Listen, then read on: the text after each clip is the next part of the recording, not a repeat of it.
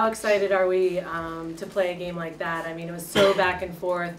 I think both teams were playing such great games. You know, everybody from each team was just out there making plays. You know, there wasn't a lot of mistakes. It was just people making play after play. So, but how proud I am of the team to get to a back-to-back Final Four.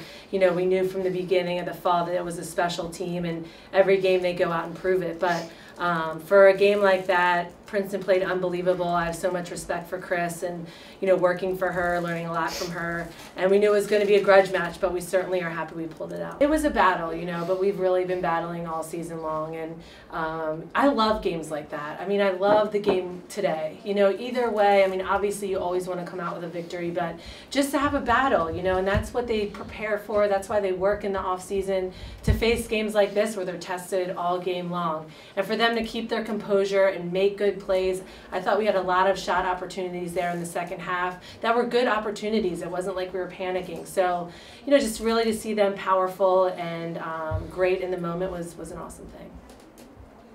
Well, how do you think? I noticed the refs, like, they let you both teams play, or a lot of physical contact. What do you think? Yeah, I mean, you know, it's one of those things when it comes down to the wire. You know, I thought the officials did a good job. I mean, it's always hard in our game with so many rules to be able to call every single thing, but we know it's going to be a physical game. I mean, when it gets down to really tough teams, both teams are fast, so they are able to play good defense without fouling. But you know, again, it was a physical game, but when you get to this level and this time of year, it normally is.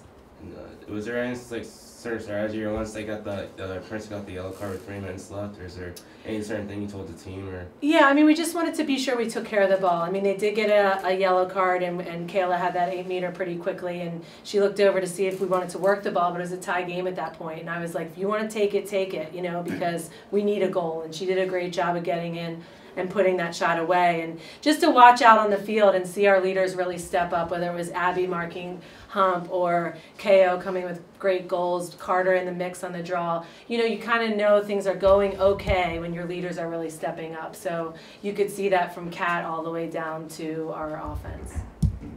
Where does Maria improve the most from the beginning of the season to now? Well, I just think, you know, getting used to that scheme of attack. You know, she's a great individual attacker, and through the course of the season, especially later in the season, she really became a great team attacker. Started to know where to move the ball, know how other people are working, and mixing in that great individual talent. So you could really see that today.